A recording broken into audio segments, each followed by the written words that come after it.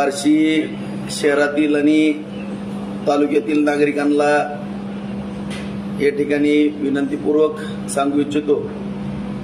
बांधवांनो, पाणी टंचाई अत्यंत तीव्र होत चाललेली आहे। जवळपास आपली सगळी धरणं, मध्यम प्रकल्प, साठवण तलाव यांनी तळ गाठलेला आहे। विहिरींचा सुद्धा उपसा होत असताना शहरातील ग्रामीण भागातील विहिरीचं पण पाणी अत्यंत कमी प्रमाणामध्ये त्या विहिरीला पाणी राहिलेलं आहे। बरेच बोर पण कमी झालेले आणि खास करून बार्शी शहरातील नागरिकांना मी आपल्या या युट्यूबच्या इलेक्ट्रॉनिक मीडियाच्या माध्यमातून नम्रतेची विनंती करू इच्छितो की आज सान्नी धरणातून एक थेंब पण पाणी आपल्याला मिळत नाही।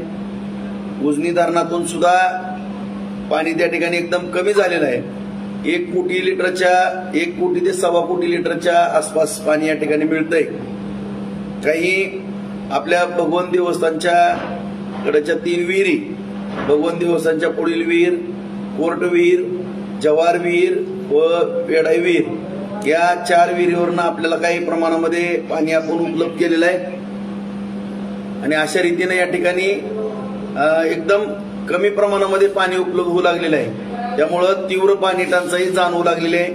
खास करून उपळाई रस्ता, अलीपूर रस्ता 422 हा जो भाग आहे, गेल्या 7-8 दिवसापासून पाणी नाही अशा असंख्य तक्रारी शहरातून येऊ लागलेल्या आहेत, अविकसित भागातून सुद्धा येऊ लागलेले आहेत। परंतु यावरती उपाय करण्याच्या दृष्टिकोनातून जवळपास 14 बोर आज आपण भगवान देवस्थानच्या विहिरीच्या कडेला घेतलेले आहेत। त्यापैकी 12 बोरला पाणी लागलेलं आहे।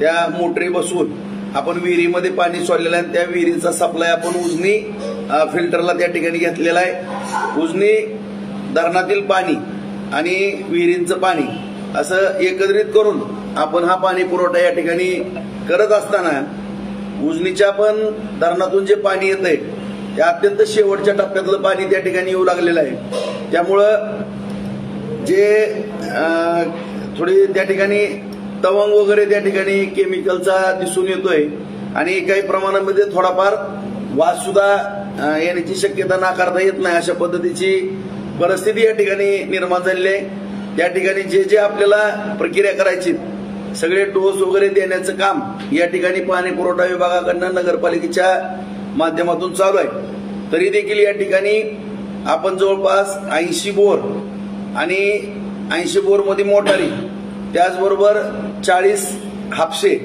त्यालाही चांगल्या प्रमाणात पाणी असेल तर मोटरी बसवण्याचं काम आपण युद्ध पातळीवरती हातामध्ये घेतलेलं आहे।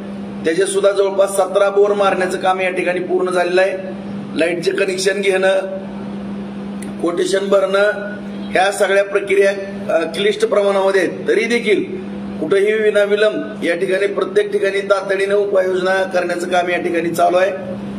त्याचबरोबर 10 टँकर आपण उपलब्ध केलेले आहेत। 2 प्रभागाला 1 टँकर अशा पद्धतीने नियोजन या ठिकाणी नगरपालिकेला करायला सांगितलेलं आहे। माननीय तहसीलदारांना पण ग्रामीण भागातलं टँकर या ठिकाणी देण्याच्या सूचना दिलेल्या आहेत। माझी ग्रामीण भागातील सरपंचाला, ग्रामसेवकाला विनंती आहे की तातडीनं प्रस्ताव या ठिकाणी टँकरचे ज्या ठिकाणी आवश्यक असेल त्या ठिकाणी बोर अधिग्रहण करावं, विहीर अधिग्रहण करावी आणि जर सगळे पर्याय संपले तर टँकरचा प्रस्ताव द्यावा। तातडीनं त्या ठिकाणी मंजुरी देण्याचं काम केलं जाईल।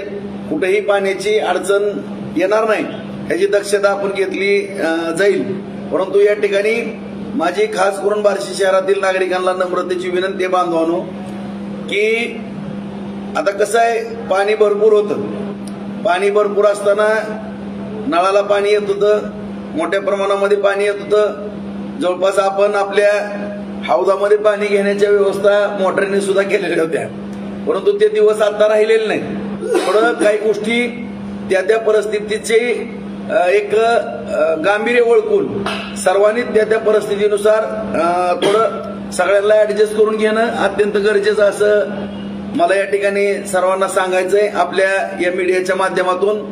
कारण दहजमा करणारे भरपूर बसलेले आहेत, परंतु या ठिकाणी प्रत्यक्ष फील्डवरती आम्ही काम करतोय, आम्हाला त्याची पूर्णपणे जाणीव होऊ लागलेली आहे। त्यामुळे आता पाणी हे मोटरीनं डायरेक्ट हौदामध्ये काही जे उजनीतनं किंवा विहिरीचं आपण फिल्टरला देतोय ते पाणी येईलच, त्याच्याबद्दल शंका घेण्याचं काही कारण नाही. परंतु ज्या ज्या ठिकाणी पाण्याचा तुटवडा होईल त्या त्या ठिकाणी थेट टँकर देण्याची व्यवस्था आपण केलेली आहे.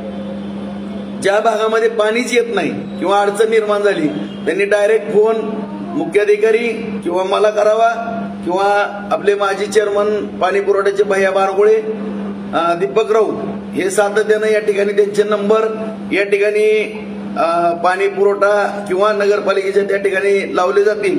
आणि अशा रीतीनं पाणी पुरवठा चेअरमन, माजी चेअरमन, गटनेते दीपक राऊत आणि मी स्वतः याच्यावरती लक्ष ठेवून आहेत.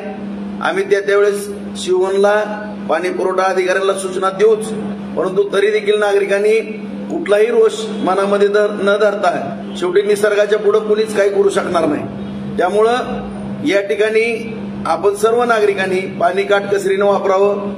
ज्या ज्या ठिकाणी आणखीनही माझी विनंती आहे की ज्या प्रभागामध्ये कुणाच्या बोरला जर चांगलं पाणी असेल तर त्यांनी आम्हाला कळवावं. त्या ठिकाणी नगरपालिकेच्या माध्यमातून किंवा आम्ही व्यक्तिगतरित्या त्या ठिकाणी मोटर बसवू. त्याचं जे लाईट बिल येणार आहे ते लाईट बिल सुद्धा आम्ही देण्याची व्यवस्था करू. कुणालाही तोशीच या ठिकाणी लागणार नाही. तरी आम्हाला सगळ्यांनी सहकार्य करावं. आणि ज्या ज्या ठिकाणी बोरला पाणी मोठ्या प्रमाणामध्ये खासगी बोरला उपलब्ध असेल त्यांनी आम्हाला तेवढं कळवण्याची आम्ही त्या सर्व नागरिकांना विनंती करतो. कारण एकमेकांनी एकमेकाला सहकार्य केलं तरच हा पाणी प्रश्न मिटणार आहे. एकदम पाण्याच्या बाबतीमध्ये आणीबाणीची परिस्थिती निर्माण झाली म्हणायला काही हरकत नाही. आणि ही तीव्रता आपल्याला आणखीनही आज 9 मे जवळपास पाऊस पडायला माझ्या माहितीप्रमाणे 20 ते 22 जून उजडणार आहे. जवळपास आपल्याला आणखीनही 1.25 ते 1.5 महिना पावसाची प्रतीक्षा करावी लागणार आहे. पाऊस जरी पडला तरी तिथून 15 दिवस महिन्यानं पाणी धरण त्या ठिकाणी भरलं जाणार आहे. त्यामुळं सर्वांनी काटकसरीनं पाणी वापरावं, सहकार्य करावं. कुणाला कुठलीही जरी अडचण असेल तर त्या ठिकाणी आम्हाला कळवावं. आम्ही पूर्ण वेळ या ठिकाणी पाणी पुरवठ्यावरती लक्ष ठेवून राहणार आहोत.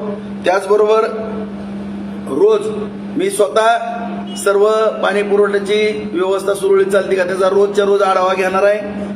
त्याचबरोबर 2 ते 3 दिवसाला सर्वांची बैठक सुद्धा आयोजित केली जाणार आहे. आता या ठिकाणी काही विघ्न संतोषी माणसं आचारसंहितेचा भाव आणतील, परंतु शेवटी आचारसंहिता वगैरे हा ठीक आहे, कायदा मोडण्याचा काय कुणाचा उद्देश नाही किंवा कुणाची इच्छा नसते, परंतु नाईलाज आहे. शेवटी जनतेच्या हिताकरता काही निर्णय घेणं अपेक्षित आहे माझ्यासारख्या कार्यकर्त्याला. त्यामुळं कुठलीही मुलीजा न ठेवता कुणाला कुठं तक्रार द्यायच्यात खुशाल द्या, मी त्याचा विचार पण करणार नाही. परंतु या ठिकाणी सर्व नागरिकांची काळजी घेणं हे माझं कर्तव्य या ठिकाणी समजतो.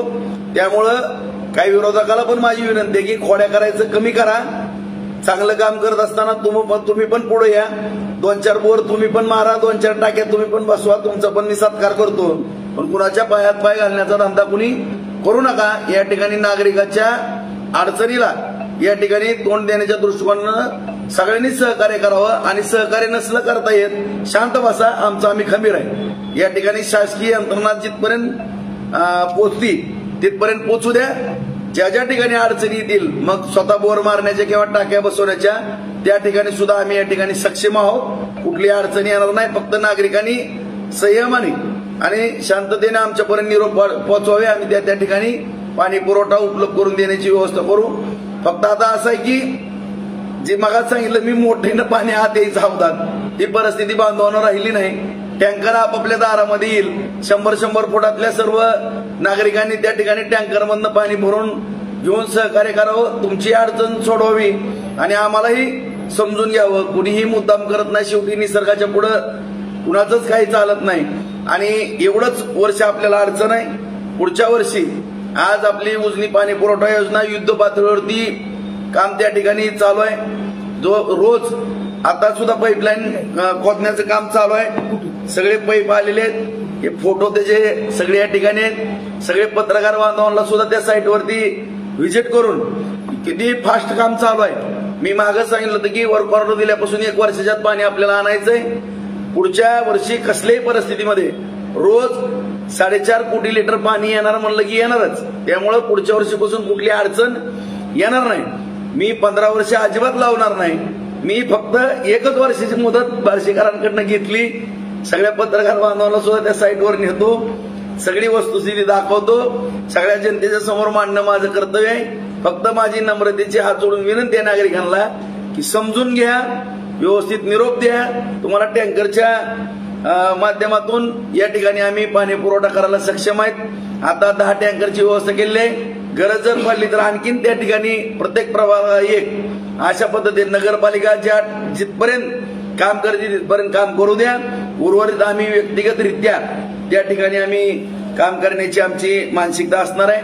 त्याचबरोबर उद्या अक्षय तृतीया आहे, बसवराज महाराजांची जयंती आहे. या दोन्ही सणाच्या निमित्तानं, अक्षय तृतीच्या व बसवेश्वर महाराजांच्या जयंतीच्या निमित्तानं मी सर्व नागरिकांना हार्दिक शुभेच्छा देतो.